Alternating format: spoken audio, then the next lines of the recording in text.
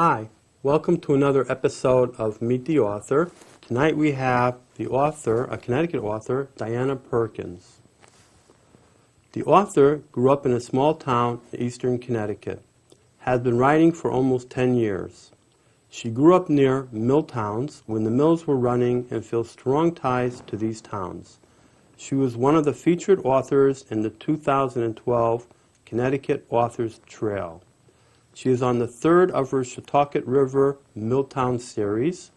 Her first, Singing Her Alive, was published in 2011 and won a number of indie book awards.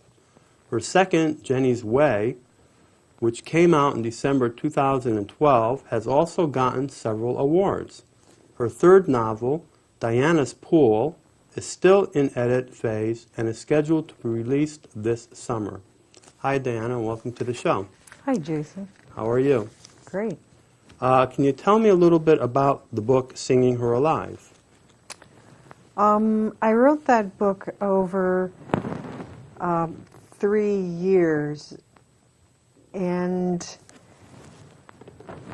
That's this one, Singing Her Alive. Singing Her Alive. And it was an interesting process. It was my first experience in writing, and I really enjoyed it. And it really launched me into the writing. And what's field. the book about, though? You said you write in about mill towns in Chautauqua area. Right. It's local stories, and this one is about mill girls in Willimantic mostly, and in Merrow, Connecticut. It's a love story, and it's set in two timelines. One is in the 1960s, and the other one is in the 1890s. What do you mean by mill girls? Mill girls were women who were employed by the mills in the late 1800s in textile mills because they were much cheaper to get to work than it was to get meals. So. And you said you told me before the show, one of the reasons why you wrote about the mill towns, because you had family members that worked in the mills. I did. What did they do? Do you know? I think my brother he moved bobbins around. You get to shuttle, when you're young, you get to shuttle stuff you don't really generally get too close to the real dangerous machines. So they would have him, moving boxes of material like bobbins from, full ones out, to a loading area, that kind of thing. Is there a reason why the mills are on a river? Or near a river? Absolutely. Good question. Mills, at that time, in the 1800s, all mills were near rivers because that was their power source. They would use a dam, and then they'd run it through a turbine, which would run the belts. There were gigantic, wide leather belts that would power a shaft that ran all the machines up and down on one floor. Those mills were very narrow because there was no electricity, so they were narrow and tall with big light, big windows, and the light would be able to shine in because you couldn't have anything, you couldn't have oil lamps or lamps because it was dangerous. In textile mills, there was so much dust around, it would have been a big fire hazard. They were set on rivers because that was the way the power source, right. Later, they used coal to make steam, and then they used electricity. So you are writing books that are specific to that area, the eastern part of Connecticut, right? Yes. And tell us a little bit about, why you wrote about in that area, if your stories are original or just that they're the same stories we heard before, but they're in a new area, and that makes local people interested in these books. What do you think? I'm sure that because they're set in eastern Connecticut mill towns, that there is a local interest that really draws people in. People like to see I usually incorporate, buildings or any history that I know that it actually applies. I incorporate them into the story, so people like to read things that are part of their history. You actually prepared when you go to do talks at libraries. You showed me. Maybe you can show the audience, like for instance, from Singing Her Alive. you prepared an educational booklet about the area. Is that historical, correct? You did research. It is. Tell us a little bit about what we see here. You got to hold it up a little bit. Here you go. This is one of the mills. This is mill number 2. This is the textile museum today, but it was the company store during the time of the mill. And they had, at the company store, they had not only a butcher shop and normal things that you would need, but then there were offices on the second floor, and on the third floor they had a library. Mm-hmm. And one of the things they did was they wanted to educate their workers. So they had free access. They were giving them classes and free access to the library. They're people that were immigrants. They would try and teach them English. They were usually, so they really wanted to improve their workers. They thought if they had Mm-hmm. more well-educated workers, that they would have a better product. Mm-hmm. So there was a library, which this building is still there. It's quite beautiful. Mm-hmm. These were some of the duplexes that were that they built for the workers. This is a picture of the library. Mm-hmm. And the inside is really very beautiful. And are these places in the story in the book? Are you talking these about these places things are in the book. This is a very integral part to the book. This is the Elms boarding house, very integral part to the book. Okay. So just to get our audience an idea, and you said you go and give a lot of talks at libraries. Yes. Can you tell us a little bit about that? You do signings at libraries and what interesting has happened, and you also have, maybe you can demonstrate for us too, you also show the books in your series, and they can go to your website and get information through a QR code, okay? Yes. Show us about that. These are promotional postcards with all 3 of the books. This book is still in edit phase, but it will be out soon. This QR code, can I show you how to use that? Sure. Let's see how to use that. Let me show you Because how it shows, how you're pretty professional. You can scan that. And you have your own, series. It's very nice how you do this. Yeah, they're pretty slick. So it's like all Let me coded, Let me get a QR Pretty code cute. here. So make sure that the cameras see And that. there's you can see the QR code there. Let me double check so I can see it on the screen. Yep. They'll zoom It's in. going to come into focus. Come on. Maybe Got it. because I'm not moving. The QR code in the right space? Yeah, I think Oh, so. okay. Got that. There we go. So your computer, that's a, what is that? That's my website. This No, I is mean, an what is advertisement. this right there? This is an iPad. That's an iPad. So the iPad picks up your QR code from the From postcard. the postcard, and also you I'm send putting it out. on. I'm also so then there are the books advertised, and there's a little bit of talk about the books, and then if you pick on the book, it'll bring up a place where you can purchase the book. And now that you mentioned purchase, you did something very unique that I have never heard before, and I spoke to some other people, and they never heard about that either. Show everybody what you have. A ebook gift card for you from, show everybody that, and how you can use it with And the this iBook. This is a great thing. This is made by Drop Cards, and you purchase these. You send them. You can get these online, and you set it up online. You can download your cover or whatever you're using for the front of People that, can see that. You have the cover of the book, and it's and then they small. can freely download. You can give this as a present, or someone can purchase that Right, when they come to a book signing, right? right, This way, if they don't want to buy the book, but they want to have it on their Nook or their iPad, right, they can download it and get the download version. right. And so they can also have this as a keepsake, because now that everything is electronic, you have a kind of a keepsake that I in could addition, sign. I got you. Yeah, and so you signed those? I could sign these as for an ebook. So Wow. It's kind of like a new collection. E-book signature. and Isn't that cool? Yeah, and you're kind of collecting. That's amazing. Can you read like a little bit for us from your book? Now that book won quite a few awards. Tell us which awards you won for singing Singing Her Her Alive. Alive. I won And we can see the that Dragonfly Book Award. I think I placed second in the New England Book Festival. In Reader's Views, I think I also Dragonfly. placed second. New England. I was a winner Reader's in Views. the Global Book Awards, e-book awards, Indie finalist, Indie Excellence finalist, and Book of the Year finalist. Wow, that's quite a. How did you get to so many? Was it like one place, or you did many? I entered a number of A different number contests. of different contests. That's Yes. excellent. That's excellent that you won so many awards. So let's listen. You know, I got to hear some of this. Read a paragraph. Can I Your read book. from this one? No. No. Let's read from the one that won the awards. Okay.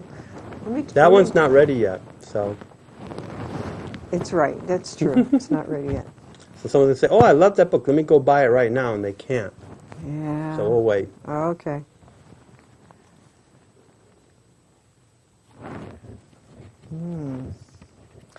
Big choices here. I don't Any know. old place. Any old I'll place. read it. Or you'll read it? There you got right there. You put a marker right there. Yeah, I don't know why I did it. though. Okay, there you go.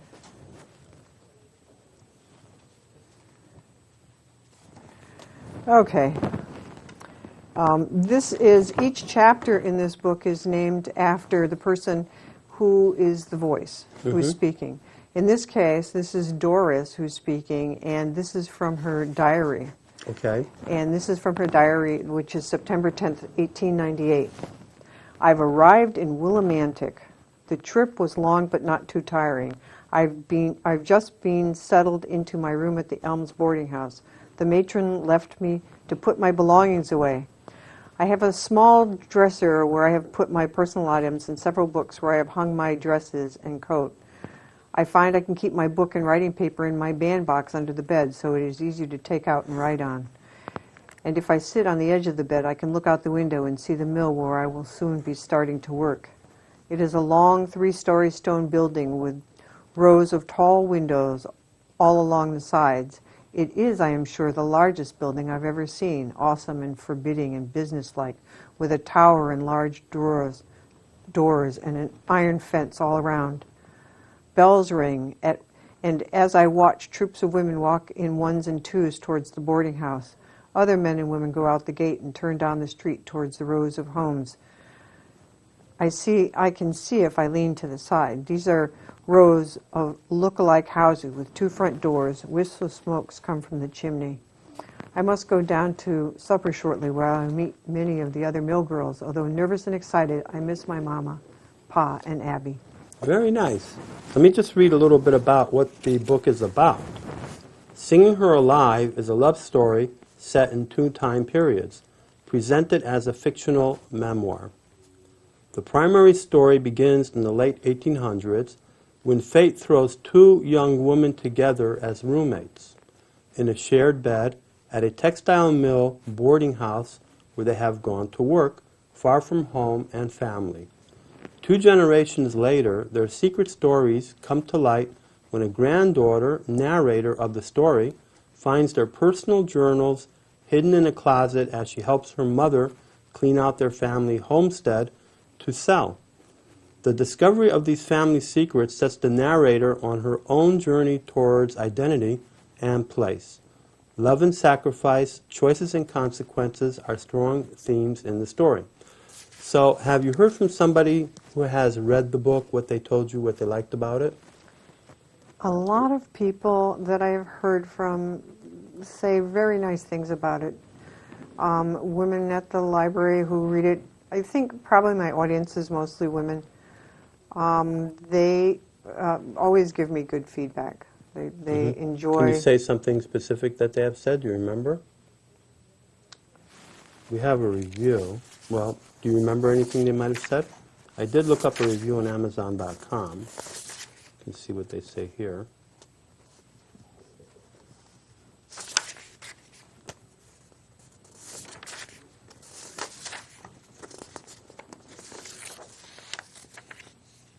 You could read the review. Singing Her Alive. The book opens with Sarah coming home from Boston to join her mother, Bea, to bury her. grandmother who has just passed away. As they were cleaning out the old home, Sarah discovers some old diaries kept by her grandmother and by her Aunt Doris, who had lived with her. Sarah is intrigued by the house, its setting, and subconsciously by the hint of strange happenings she finds in perusing the early pages of the diary. She begins to think about buying the house from her mother and actually quite rapidly decides to do so. A number of factors aid in her decision. She's never been totally committed to her life in Boston. She has a number of acquaintances and a lesbian couple who she is close to, but no special friend of either gender. She encounters car trouble in her small town, and a local mechanic comes to help. The mechanic is a very friendly, lovely woman who had left her business position because she found this more enjoyable. An opportunity for employment opens up in the local community, and her mother sends around a pleasant young man who is the local veterinarian. These are the choices. I'm just putting that in. That these are the things that kind of have drawn her to it. Mm-hmm. To provide more specifics of the story is to do it a disservice to the reader. Suffice it to say, the diaries slowly reveal a most interesting, albeit complex, manner of life fulfillment for the writer, as well as for her grandmother Peter, her grandfather Peter, and his friend William. The diaries additionally produce the necessary impetus for Sarah's own lagging decisions about many aspects of her life. This is a book that ordinarily I would not have selected. However, I should recommend it highly. It is a most interesting and unusual tale dealing with the unacceptable activity in another era and its effects upon individuals' behavior in the present day.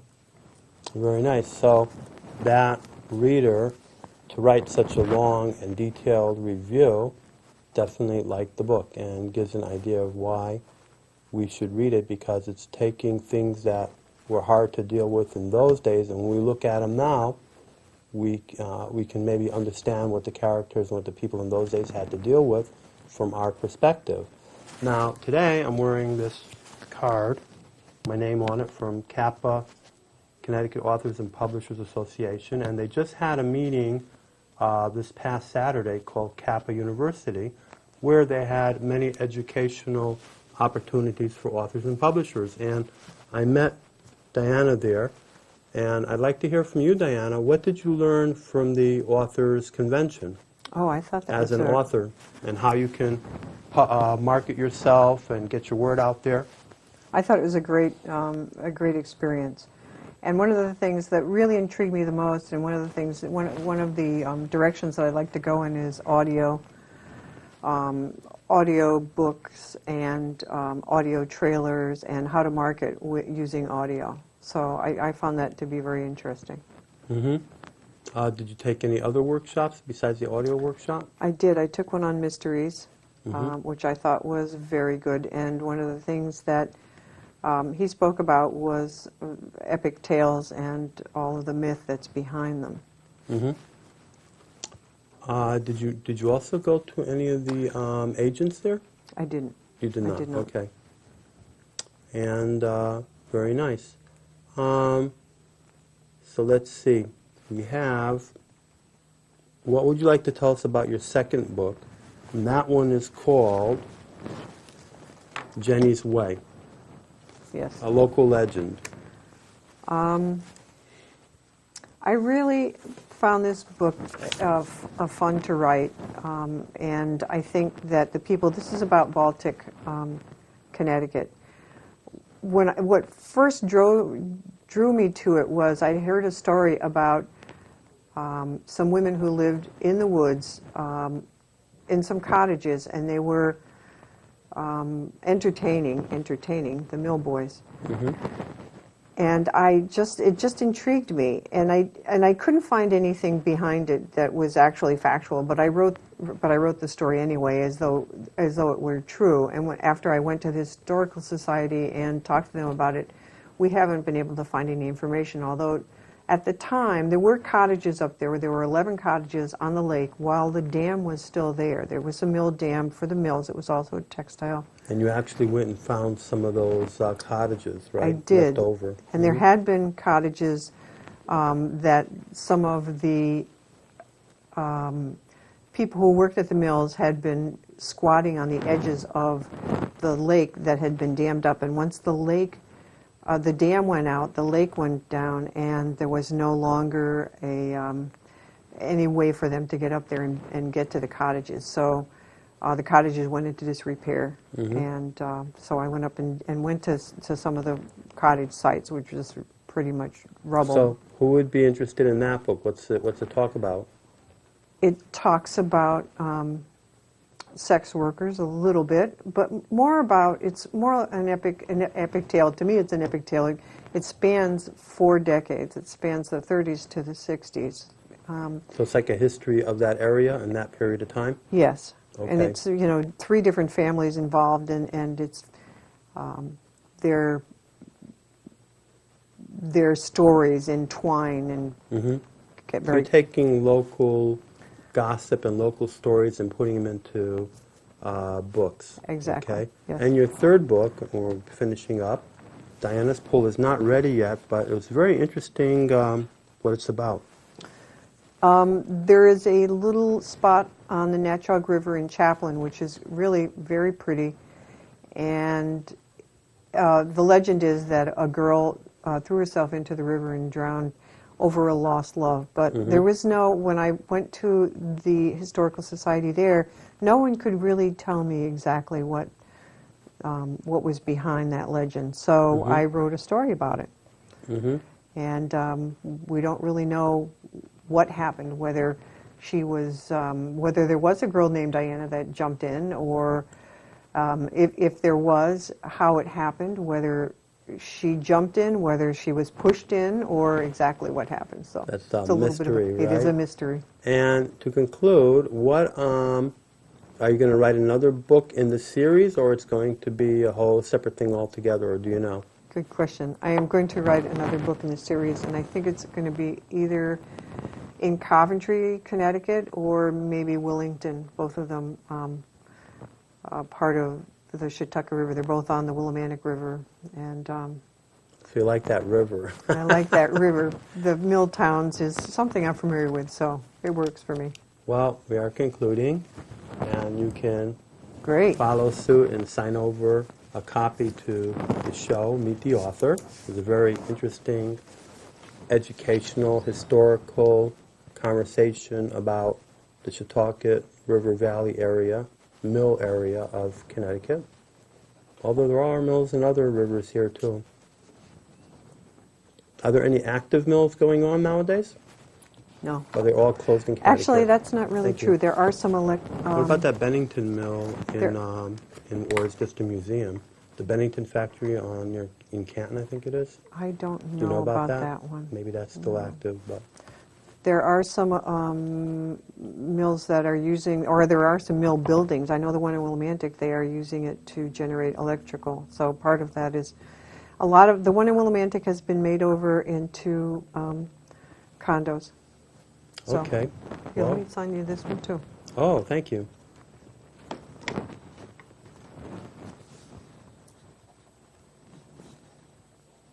Maybe you'll like it.